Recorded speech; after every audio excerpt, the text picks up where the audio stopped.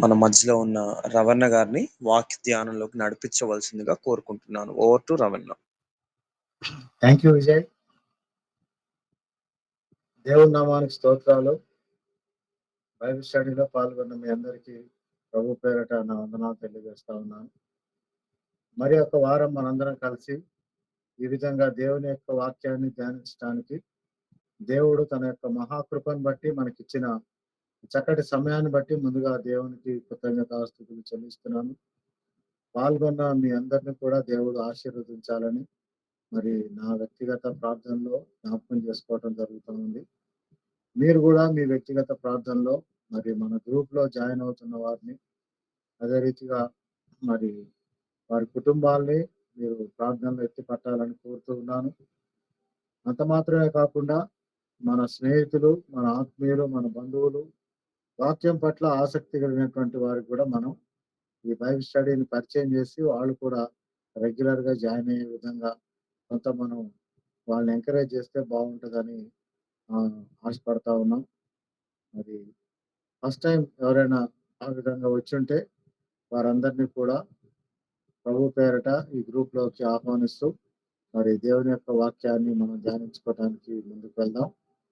మరి గత వారం మనం జనన ద్వారా దానియేలు గ్రంథాన్ని మనం ధ్యానించడం జరిగింది. దేవుని బిడ్డారా, మనం ఎన్నో విషయాలు దానియేలు గ్రంథంలో తెలుసుకోవటం జరిగింది.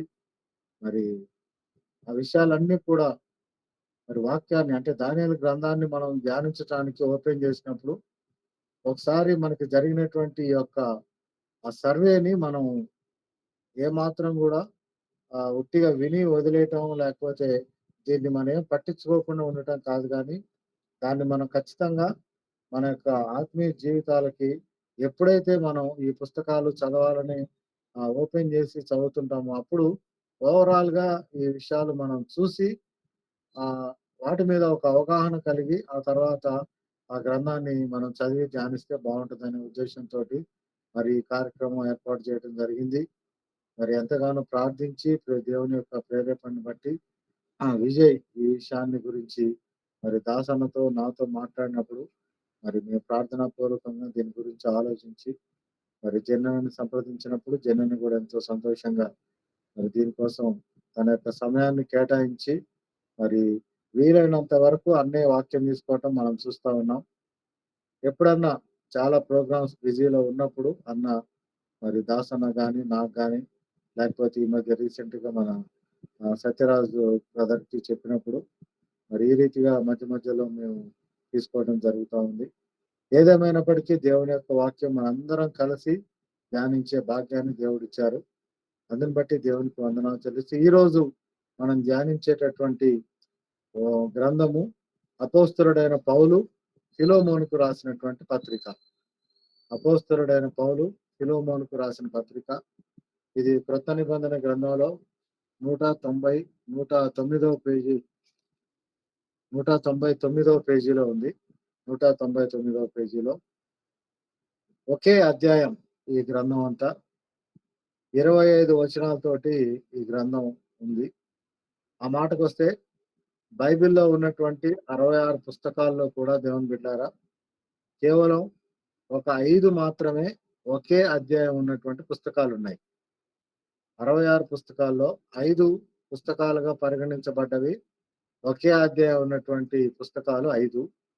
వాటిలో పాత నిబంధన గ్రంథంలో ఓబద్య గ్రంథం ఉంటది. ఆ ఓబద్య గ్రంథంలో 1 అధ్యాయము 21 వచనాలు ఉంటాయండి. ఆ తర్వాత ఈ రోజు మనం ధ్యానం చేసేటటువంటి ఈ అపోస్తలుడైన పౌలు ఫిలోమోనుకు రాసినటువంటి పత్రిక 1 అధ్యాయము 25 వచనాలు ఉంటాయి. ఆ తర్వాత మరి అపోస్తలుడైనటువంటి యోహాను రాసినటువంటి పత్రిక 2వ పత్రిక కూడా 1 అధ్యాయము 13 వచనాలు కలిగి ఉంటది. ఆ తర్వాత యోహాను గారు రాసినటువంటి 3వ పత్రిక కూడా 1 అధ్యాయంతో 14 వచనాలు ఉంటాయి. ఆ తర్వాత ఫైనల్ గా యూదా రాసిన పత్రిక ఒకే అధ్యాయము, దాంట్లో కూడా 25 వచనాలు ఉంటాయి. దేవుని బిడ్డారా, అంటే పాత నిబంధన గ్రంథంలో ఒకే అధ్యాయం ఉన్నటువంటి పుస్తకం ఓబద్య అయితే క్రొత్త నిబంధన గ్రంథంలో 4 పత్రికలు 1 అధ్యాయంతో ఉంటాయి. కాబట్టి ఈ ఒక్క అధ్యాయం ఉన్నప్పటికీ గూడా దాన్ని ఒక పుస్తకంగా పరిగణించి, దాన్ని బైబిల్‌లో ఒక పుస్తకంగా లెక్కించబడటంలో దేవుని యొక్క ప్రణాళిక, దేవుని యొక్క ఉద్దేశ్యం ఉందనే విషయాన్ని మనం జ్ఞాపకం జేసుకోవచ్చండి. కాబట్టి బైబిల్ మొత్తంలో చిన్న పుస్తకం ఏది అనంటే 66 పుస్తకాల్లో ఇందాక మనం జ్ఞాపకం చేసుకున్నటువంటి అపోస్తలుడైనటువంటి యోహాను గారు రాసినటువంటి మరి రెండవ పత్రికలో కేవలం 13 వచనాలే ఉంటాయి. యోహాను గారు రాసిన రెండవ పత్రిక 13 వచనాలతోటే అతి చిన్న పుస్తకంగా మరి గుర్తించబడుతుంది. కాబట్టి ఈ ఒక్క అధ్యాయం ఉన్నప్పటి పుస్తకాలైనప్పటికీ గూడా వీటిలో ఉన్నటువంటి ఆత్మీయ అర్థాలు మనం గుర్తించాలని ఈరోజు ప్రత్యేకంగా ఫిలోమోను పత్రిక మనం జ్ఞాపకం చేసుకుంటే మనందరికీ తెలుసు పౌలు గారు ఫిలోమోను గారికి ఈ ఉత్తరాన్ని రాసినట్టుగా, ఈ పత్రికని రాసినట్టుగా మనందరం గూడా జ్ఞాపకం చేసుకుంటా ఉంటాం.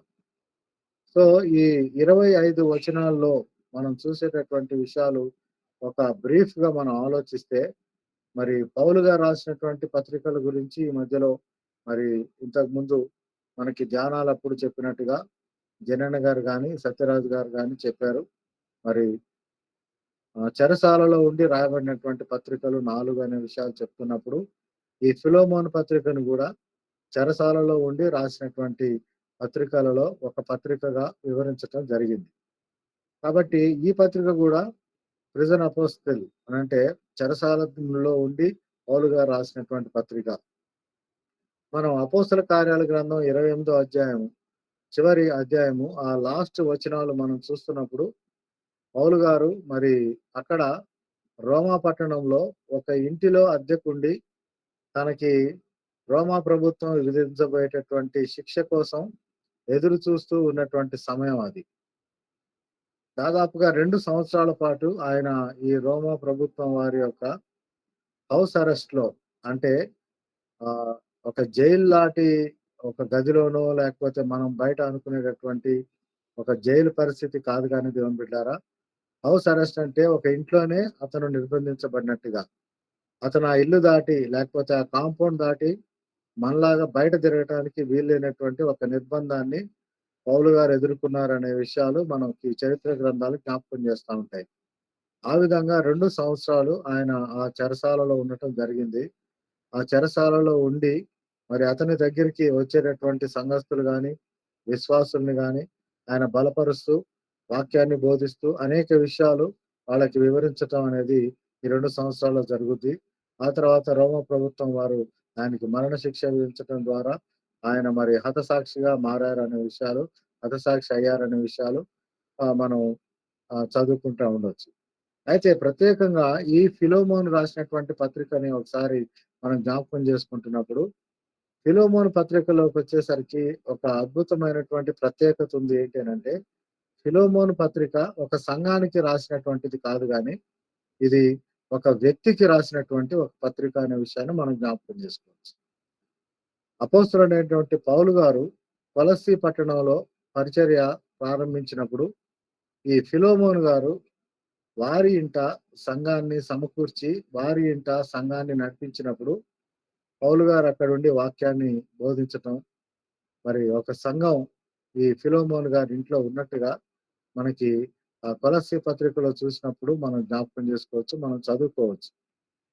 అక్కడే మరి ఇంకా ఉన్నటువంటి సంఘస్థుల గురించి మాట్లాడుతూ పౌలు గారంటారు, ఈ కొలస్సీ పత్రిక రాస్తున్నప్పుడు 4 అధ్యాయంలో మనం జూస్తే 4 అధ్యాయము 7-9 వరకు ఉన్నటువంటి వచనాల్లో ప్రభువునందు నమ్మకమైన పని పరిచారకుడు నా తోడి సేవకుడునైన తుకికు నన్ను గూర్చిన సంగతులన్నీ మీకు తెలియజేయను.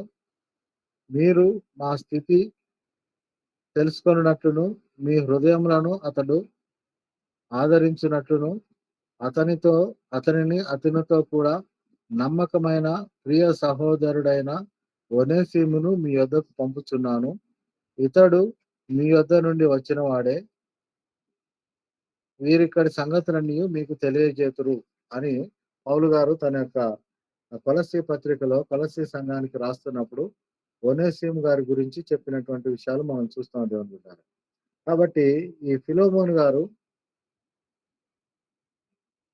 ఫిలోమోను గారు కొలస్సీ పట్టణానికి సంబంధించినటువంటి వాడనే విషయాన్ని అక్కడ మనం చూస్తాం.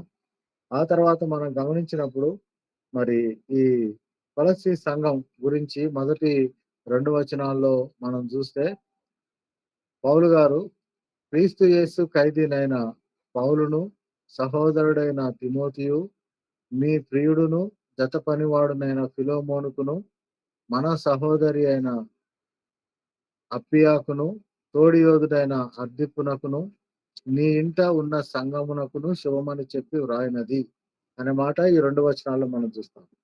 కాబట్టి ఈ 2 మాటలు మనం జ్ఞాపకం చేసుకుంటే, ఈ 2 వచనాలు మనం చూసినప్పుడు, ఇందాక మనం అనుకున్నట్టుగా మరి ఫిలోమోను ఈ కొలస్సీ సంఘంలో తన ఇంట ఒక సంఘాన్ని కలిగి, మరి అక్కడ ఉన్నటువంటి విశ్వాసుల్లో ఆహ్, ప్రధానమైనటువంటి వారిని గూడా ఇక్కడ పౌలు గారు ఎత్తిపట్టి రాస్తున్నట్టుగా చూస్తాం. కానీ, మనం ఇంకా డీప్ స్టడీలోకి వెళ్తున్నప్పుడు దేవుని బిడ్డారా, ఇది వ్యక్తిగతంగా పౌలు గారు ఫిలోమోనుకి రాసినటువంటి పత్రికగా మనం చూడొచ్చు.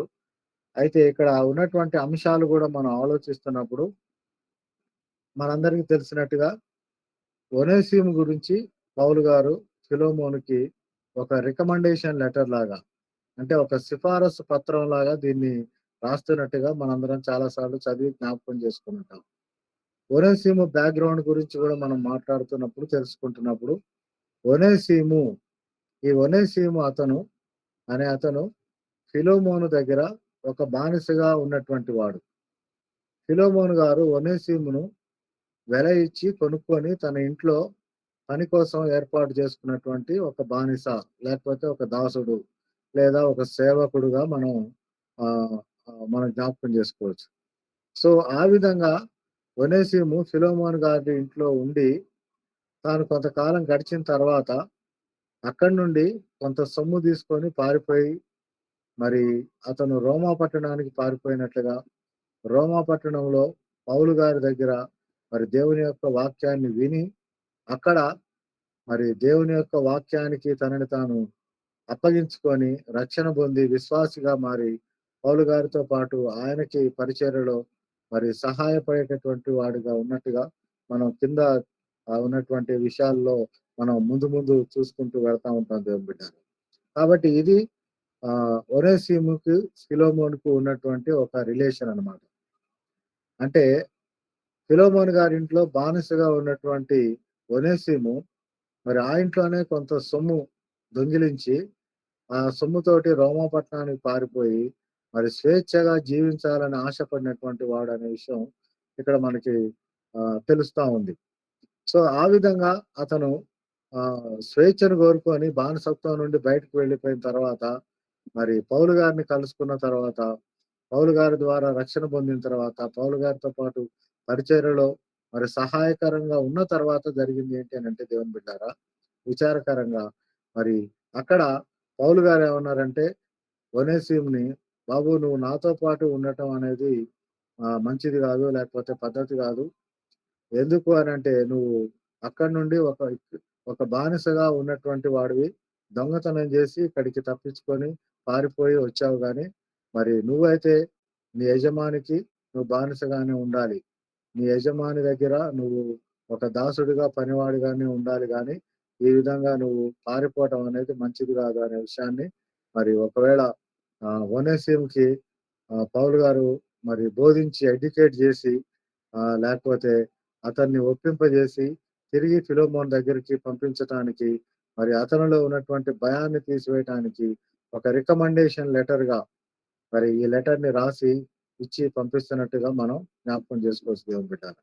ఎందుకు అనంటే రోమా ప్రభుత్వానికి ఉన్నటువంటి అప్పుడున్నటువంటి వాళ్ళ రూల్స్ ప్రకారం ఎవరైనా ఒక ధనవంతుడు, ఎవరైనా ఒక ఐశ్వర్యవంతుడు వెల ఇచ్చి ఒక వ్యక్తిని కొనుక్కున్నప్పుడు, ఆ వ్యక్తి చనిపోయేంత వరకు అతని ఇంట్లో ఉండాల్సిందే. అతని ఇంట్లో పని జేయాల్సిందే.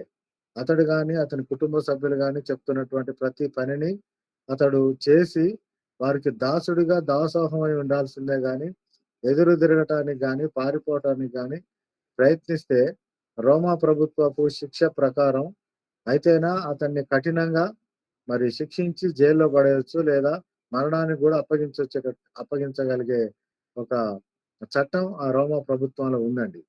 కాబట్టి ఇవన్నీ ఎరిగినటువంటి పౌలు గారు మరి ఇతడు పారిపోయి వచ్చినటువంటి వాడు. ఇతడు దొంగతనం చేసినటువంటి వాడు. ఇతడు అక్కడ ఉంటే మరి తనతో పాటు ఉంటే ఒకవేళ ఏదైనా ఎవరైనా చూసి ఏదైనా మరి ప్రభుత్వం దృష్టికి తీసుకొనొచ్చినప్పుడు అతనికి ఇంకేదైనా ఒక కీడు జరుగుద్ది అనే ఒక అభిప్రాయం లేకపోతే ఒక అవగాహన కలిగి ఈ ఒనేసిముని తిరిగి ఫిలెమోను దగ్గరికి పంపించినట్టుగా మనం జ్ఞాపకం చేసుకోవచ్చు. ఎందుకంటే ఈ రోమా ప్రభుత్వం వాళ్ళు కి తెలిసినటువంటి ఆహ్, ఒక కొటేషన్ ఏంటంటే, ఆ కొటేషన్ ప్రకారం వాళ్ళకున్నటువంటి ఒక అవగాహన ఏంటంటే, అరిస్టాటిల్ వాళ్ళకి ఈ రోమా ప్రభుత్వానికి సంబంధించినటువంటి వాటిని ఏర్పాటు చేస్తున్నప్పుడు, మన దగ్గర ఇంట్లో మనకెన్నో వస్తువులుంటాయి. మనకి కుర్చీలుండొచ్చు, టేబుల్స్ ఉండొచ్చు, మంచాలుండొచ్చు, సోఫాలుండొచ్చు, లేకపోతే మన ఇంట్లో వాడుకునేటటువంటి వంట పాత్రలు ఎన్నో ఉండొచ్చు. ఇవన్నీ గూడా ప్రాణం లేనటువంటివి. కానీ, మనకి అన్ని పనులు చేయటానికి అవసరమైనటువంటి ప్రాణం కలిగినటువంటి ఒక వస్తువు మనకు కావాలి. అలాంటి వస్తువు ఏది అనంటే, మనం వెల ఇచ్చి కొనుక్కునేటటువంటి ఒక పనివాడు. లేకపోతే ఒక బానిస, ఒక మనిషిని మనం జీవించి ఉన్నటువంటి ఒక వస్తువుగా, కదిలేటటువంటి ఒక వస్తువుగా, మన మాట విని, మన మాటకి మరి స్పందించి పనిచేసేటటువంటి ఒక వస్తువుగా మనం దాన్ని మరి వాడుకోవచ్చు అన్నటటువంటి ఒక ఆహ్, మానసిక స్థితిని వాళ్ళ మనస్సుల్లో ఇంజెక్ట్ చేయటం జరిగింది అనుకుంటారు. కాబట్టి బానిస అంటే వాళ్ళంత క్రూరంగా లేకపోతే అంత తీవ్రంగా వాళ్ళు చూసేటటువంటి ఒక పరిస్థితి ఆ రోజుల్లో ఉంది. సో, ఇక్కడ పౌలు గారు ఈ విషయాలన్నీ గూడా ఆయన ఎరిగినటువంటి వాడు కాబట్టి, మరి ఫిలెమోను దగ్గర నుండి పారిపోయి వచ్చినటువంటి విషయం తెలిసి తిరిగి ఒనేసిముని వెనక్కి పంపిస్తున్నట్టుగా మనం ఇక్కడ వాక్యాన్ని బట్టి మనం అర్థం చేసుకోవచ్చు దేవుని బిడ్డలారా. చాలా ఆశ్చర్యకరమైనటువంటి ఒక 4 విషయాలు మనం జ్ఞాపకం చేసుకోవచ్చు. వాటిల్లో ఏంటంటే ఇక్కడ ఒనేసిము గురించి రాస్తున్నప్పుడు ఒకటో అధ్యాయం 10వ వచనంలో ఒక మాట మనం చూస్తే 8-10వ వచనం వరకు ఇవన్నీ కూడా కలిపి ఉన్నాయి. 8, 9, 10 వచనాలు. కానీ ఇక్కడ ఒక మాట నేను జ్ఞాపకం చేస్తున్నా. నా బంధకములలో నేను కనిన నా కుమారుడగు ఒనేసిము కోసరము నిన్ను వేడుకొనుచున్నాను అనే మాట మనం చూస్తున్నాం. పౌలు గారు ఎన్నో సంఘాలు స్థాపించినటువంటి వాడు. పౌలు గారు ఎంతో మందికి వాక్యాన్ని బోధించి వాటి ప్రభువులోకి నడిపించినటువంటి వాడు. ఎంతో మంది పౌలు గారి ద్వారా రక్షణ పొంది ఆయన యొక్క పరిచర్యలో వాడబడుతూ అనేక ప్రాంతాలకు వెళ్ళి మరి అనేక రీతులుగా గొప్ప గొప్ప సంఘాలు మరి నడిపిస్తున్నటువంటి వారు మనం వాక్యంలో చూస్తా ఉంటాం. కానీ ఇక్కడ పౌలు గారి యొక్క ఒక అద్భుతమైనటువంటి ఆ మాట ఏమంటున్నారంటే, ఒనేసిము కోసము నేను నిన్ను వేడుకొనుచున్నాను అనే మాట మనం చూస్తున్నాం. ఎంత తగ్గింపు పౌలు గారి మరి ఒక వ్యక్తి జీవితాన్ని గురించి రికమెండేషన్ చేస్తున్నప్పుడు మరి తనను తాను ఎంతగా తగ్గించుకుంటున్నారో ఇక్కడ నేను చదువుతున్నప్పుడు నాకు చాలా ఆశ్చర్యం అనిపించింది బిడ్డారా. ఎందుకనంటే ఒనేసిము అనే మాటకి మనం కింద ఫుట్ నోట్‌లో చూసినప్పుడు అక్కడ 3 అనేసి ఫుట్ నోట్‌లో ఒనేసిము అను పేరునకు సహాయకరమైన అను అర్థము అని అక్కడ రాయబడింది. సో, సహాయకరమైన అంటే హెల్ప్‌ఫుల్‌గా ఉండేటటువంటి వాడు. అతనికి ఆ పేరు పెట్టబడింది. కానీ అతడు బానిసగా ఉన్నాడు. కానీ ఆశ్చర్యం ఏంటంటే పౌలు గారు ఏమంటాడంటే మరి కిందకొచ్చినప్పుడు సువార్త నా నా ప్రాణము వంటి వాడు అతనిని 12వ వచనాన్ని నేను చదువుతున్నాను. నా ప్రాణము వంటి వాడైన అతనిని నీ యొద్దకు తిరిగి పంపి ఉన్నాను. నేను సువార్త కొరకు బంధకములలో ఉండగా నీకు ప్రతిగా అతడు నాకు పరిచారము చేయు నిమిత్తము నా యొద్ద అతనిని ఉంచుకొనవలెనని వింటిని గాని అనే మాట ఇక్కడ పౌలు గారు రాయటాన్ని మనం చూస్తున్నప్పుడు మరి ఒనేసిము అంటే సహాయకరమైనటువంటి వాడు అనే పేరు ఆ అర్థం ఉన్నప్పటికీ కూడా తనకి ఎంతో అవసరమైనటువంటి వాడు, తనకెంతో సహాయకరంగా ఉన్నటువంటి వాడు, తనకెంతో మరి ఉపయోగకరమైనటువంటి వాడిగా ఉన్నప్పటికీ గూడా మరి అలాంటి వ్యక్తిని తిరిగి తన యొక్క యజమాని దగ్గరికి పంపియాలని మరి పౌలు గారు రాస్తున్నట్టుగా చూస్తున్నాం. కాబట్టి ఇక్కడ ఈ పత్రికకి ఉన్నటువంటి మూల అంశాన్ని గురించి మనం ఆలోచిస్తున్నప్పుడు ఓవరాల్ స్టడీ చేసిన తర్వాత మనకు అర్థమయ్యేది ఏంటనంటే మరి బానిసత్వం నుండి మరి క్షమించబడి ఉన్నత స్థితిలోనికి నడిపించబడుట అనే అంశాన్ని ఈ పత్రికకి ఏర్పాటు చేయడం జరిగింది బిడ్డారా. బానిసత్వం నుండి క్షమించబడి ఉన్నత హోదాలోనికి నడిపించబడుట.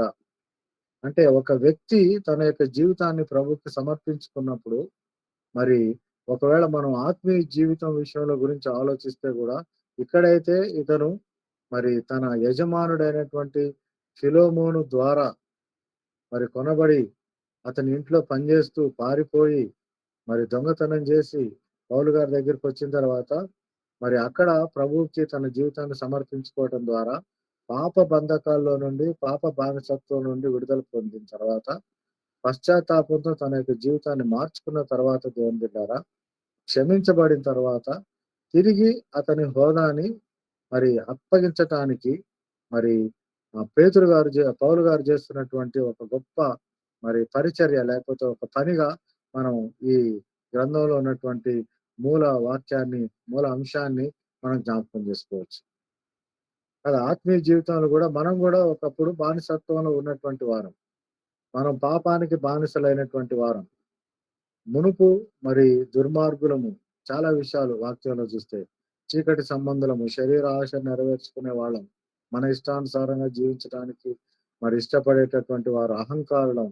మరి స్వార్థప్రియులం. చాలా రకాలైనటువంటి క్వాలిటీస్ మనకి వాక్యం ద్వారా చూస్తున్నప్పుడు మనలో మన అంతరంగంలో ఉన్నటువంటి క్వాలిటీస్ కనపడతా ఉంటాయి. వాటన్నిటి నుండి అట్లాంటి ఒక బానిసత్వపు పరిస్థితి నుండి అద్భుతమైనటువంటి రీతిగా ప్రభువు మనల్ని మరి విడిపించి, ప్రభువు మనల్ని రక్షించి, ప్రభువు మనల్ని క్షమించి, మరి తిరిగి మరి తండ్రితో సమాధాన పరచటానికి ఆయన ఒక గొప్ప మరి ప్రణాళిక, ఒక గొప్ప రోల్ తీసుకున్నట్టుగా, ఒక పాత్ర తీసుకున్నట్టుగా ఇక్కడ మరి మనం జ్ఞాపకం చేసుకోవచ్చు. సో, అది ఇక్కడ మనం చూస్తే మూల వాక్యం గూడా ఈ అధ్యాయంలో ఉన్నటువంటి 16, 17 వచనాలు మనం చూస్తున్నప్పుడు 15, 16 కలిసి ఉన్నాయి. అదే రీతిగా 17వ వచనం గూడా మనం చూస్తే, అతడు ఇక మీదట అంటే ఒనేసిము ఇక మీదట దాసుడుగా ఉండక, దాసుని కంటే ఎక్కువ వాడుగాను, ప్రియ సహోదరుడుగాను, విశేషముగా నాకును, శరీర విషయమును, ప్రభువు విషయమును, మరి విశేషముగా నీకును, ప్రియ సహోదరుడుగాను, నీ యొద్ద ఎల్లప్పుడూ ఉండుటకే కాబోలు అతడు కొద్ది కాలము నిన్ను ఎడబాసియుండెను. కాబట్టి నీవు నన్ను నీతో పాలివానిగా ఎంచిన ఎడల నన్ను చేర్చుకున్నట్టు అతనిని చేర్చుకొనుము అని ఇక్కడ పౌలు గారు ఒక గొప్ప మరి మాట ఇక్కడ మనకి వివరించడం జరుగుతా ఉంది దేవుని బిడ్డలారా.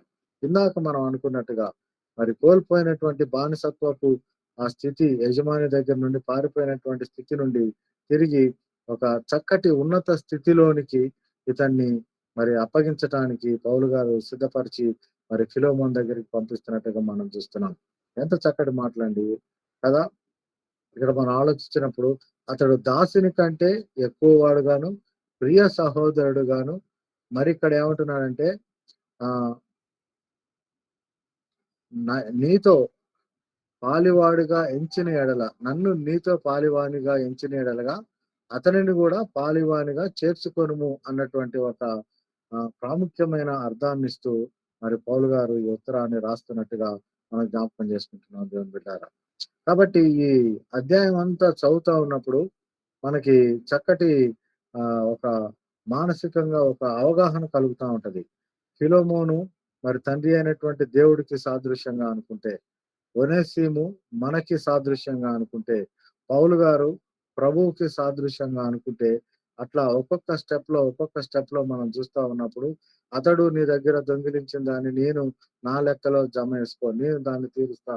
ఇట్లాంటి అచ్చి ఉన్నటువంటి దాన్ని నేను తీరుస్తా అనే విషయాలు చూస్తున్నప్పుడు గూడా, ఇది లిటరల్‌గా మరి తండ్రి తండ్రి అయినటువంటి దేవునికి మరి కుమారుడైన యేసు ప్రభువు మరి పాపులమైనటువంటి మనల్ని లేకపోతే నన్ను ప్రతి ఒక్క పాపిని గూడా పరిశుద్ధపరిచి మరి తండ్రికి అప్పగించటానికి, తండ్రికి తిరిగి మరి ఆ స్థితిని పాత స్థితిని కల్పించి ఒక ఉన్నత స్థితిలోనికి, హోదాలోనికి మరి నడిపించడానికి ఆశపడుతూ ఉన్నట్టుగా ఈ పుస్తకంలో ఉన్నటువంటి విషయాలు మనకి మరి బయలుపరచబడటం జరుగుతా ఉంది దేవుని బిడ్డారా. దాన్ని బట్టి ఒక 4 విషయాలు ఇక్కడ మనం ఈ ఆహ్, ఈ పత్రికని బట్టి మనం రాసుకోవచ్చు. 4 విషయాలు నేను హెడ్డింగ్స్ లాగా చెప్తాను. మీరు దయచేసి మీరు రాసుకునే వాళ్ళు రాసుకోవచ్చు. మొదటి విషయం ఏమిటి అనంటే ఆహ్, గలతీ పత్రిక 3వ అధ్యాయము 28వ వచనంలో ఒక మాట ఉంటది. గలతీ పత్రిక 3వ అధ్యాయం 28వ వచనంలో పౌలు గారు గలతీ సంఘానికి రాస్తూ, ఇందులో యూదుడని, గ్రీసు దేశస్థుడని లేదు. దాసుడని, స్వతంత్రుడని లేదు. పురుషుడని, స్త్రీ అని లేదు. యేసు క్రీస్తునందు మీరందరూ ఏకముగా ఉన్నారు అనే మాట మనం జ్ఞాపకం చేసుకుంటే, పౌలు గారు సంఘాలకి రాస్తున్నప్పుడు మరి అన్యుల మధ్య పౌలు గారు పరిచర్య చేసినట్టుగా మనకు తెలుసు. అపోస్తల కార్యాలు గాని, ఆయన పత్రికల్లో గాని పదే పదే ఆ మాట వివరించడం జరుగుతా ఉంటది. పేతురు గారు యూదులకి సువార్త ప్రకటించటానికి మరి ఏర్పాటు చేయబడితే, మరి నేను అన్యులైనటువంటి వారికి సువార్త ప్రకటించటానికి దేవుని చేత మరి ఎంపిక చేయబడినటువంటి వాడను. లేకపోతే దేవుని చేత ఏర్పరచబడి అపోస్తలుడుగా పిలువబడినటువంటి వాడను అనే విషయాన్ని వివరించడం జరుగుద్ది అనుకుంటాను. కాబట్టి ఇక్కడ మరి గలతీ సంఘానికి రాస్తూ మరి ఇక్కడ చెప్తున్నటువంటి మాట, మరి గ్రీసు దేశస్థుడని లేదు, యూదుడని లేదు. గ్రీసు దేశస్థుడంటే అన్యుడు అన్నట్టుగా మరి వాళ్ళ లెక్క ప్రకారం ఉండేది. ఆ తర్వాత మరి దాసుడని, స్వతంత్రుడని లేదు. పురుషుడని, స్త్రీ అని లేదు.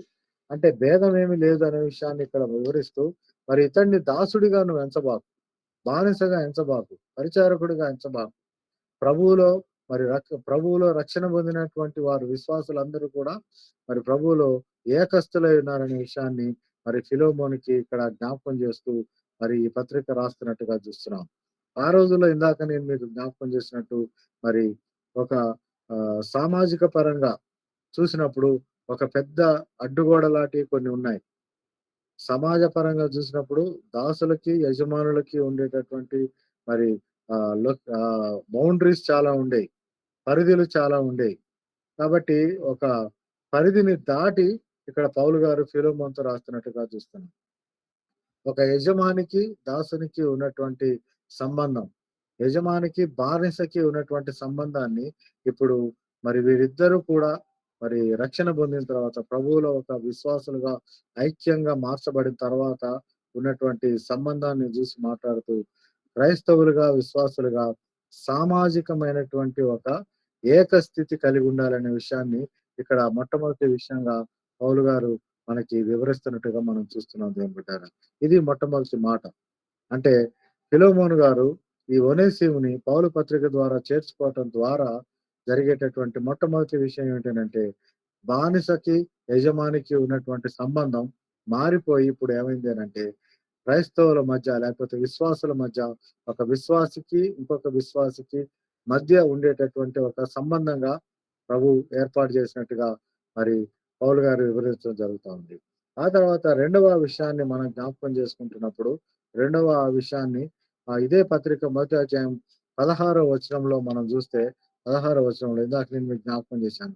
15, 16 వచనాల్లో దాసుని కంటే ఎక్కువ వాడుగాను, ప్రియ సహోదరుడుగాను, శరీర విషయమును, ప్రభువు విషయమును మరియు విశేషముగా నీకును ప్రియ సహోదరుడుగాను. అంటే ఇప్పుడు యజమాని యొక్క రోల్ మారిపోయినట్టుగా ఇక్కడ మరి పౌలు గారు వివరిస్తున్నట్టుగా చూస్తున్నాం. యజమాని యొక్క రోల్ మారిపోయింది ఇప్పుడు. దాసుని యొక్క రోల్ మారిపోయింది ఇప్పుడు. ఇతడు ప్రియమైనటువంటి వాడుగా మార్చబడినాడు. ఇతడు తోటి వానిగా మారిపోయాడు. పాలివాడిగా మారిపోయాడు. ఇతడు పరలోక రాజ్యంలో నీతో పాటు సమానమైనటువంటి వాడనే విషయాన్ని ఇక్కడ మరి పౌలు గారు వివరిస్తున్నట్టుగా మనం జ్ఞాపకం చేసుకుంటున్నాం దేవుని బిడ్డలారా.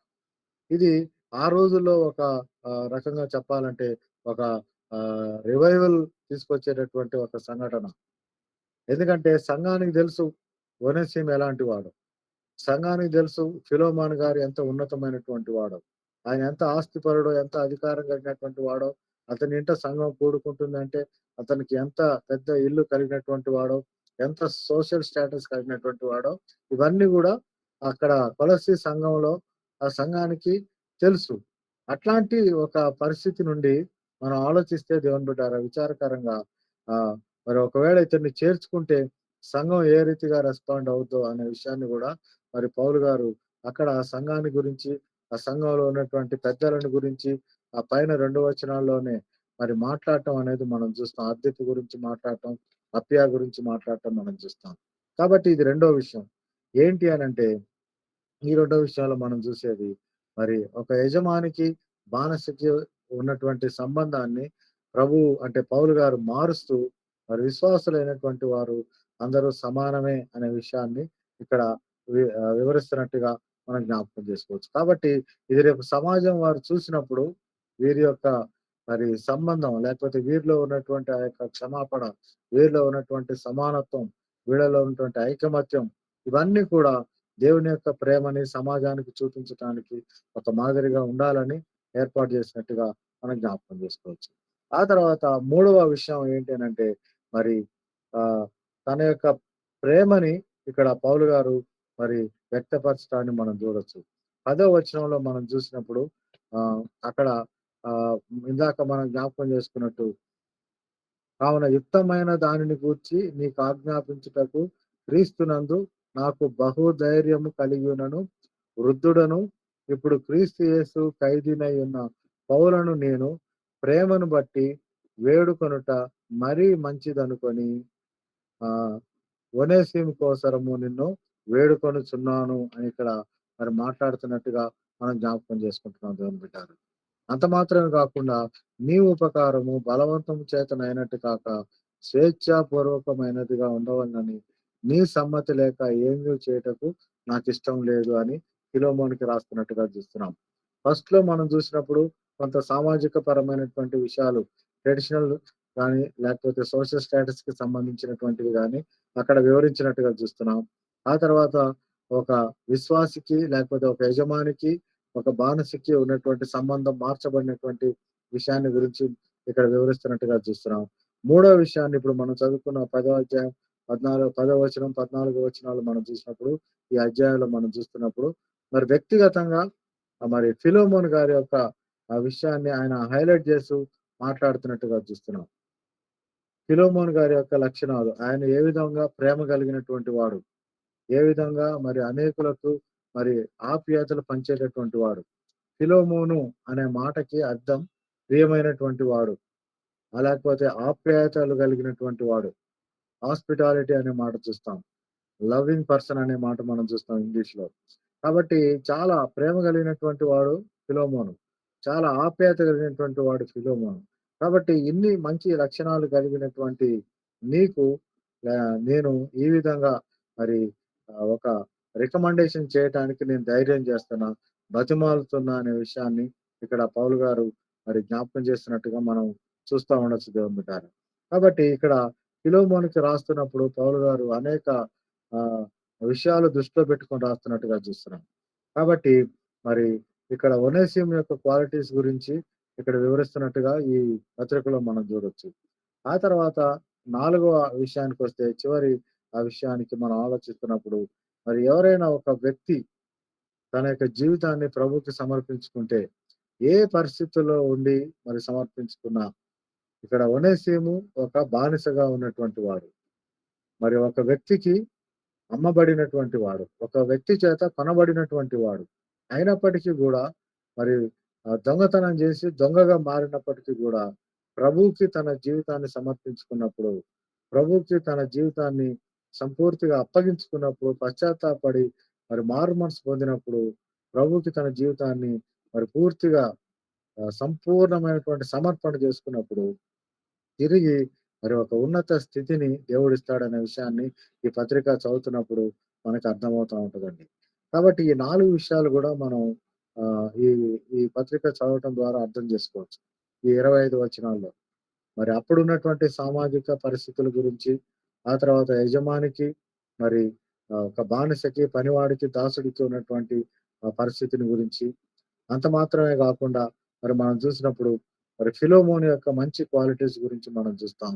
ఆ తర్వాత ఒనేసిము యొక్క తప్పుల్ని బట్టి మరి అతడు పశ్చాత్తాపపడటం ద్వారా అతనికి దేవుడిచ్చేటటువంటి ఒక ఉన్నతమైనటువంటి ఆధిక్యతను గూడా ఇక్కడ వివరించినట్టుగా మనం చూడొచ్చు దేవుని బిడ్డారా.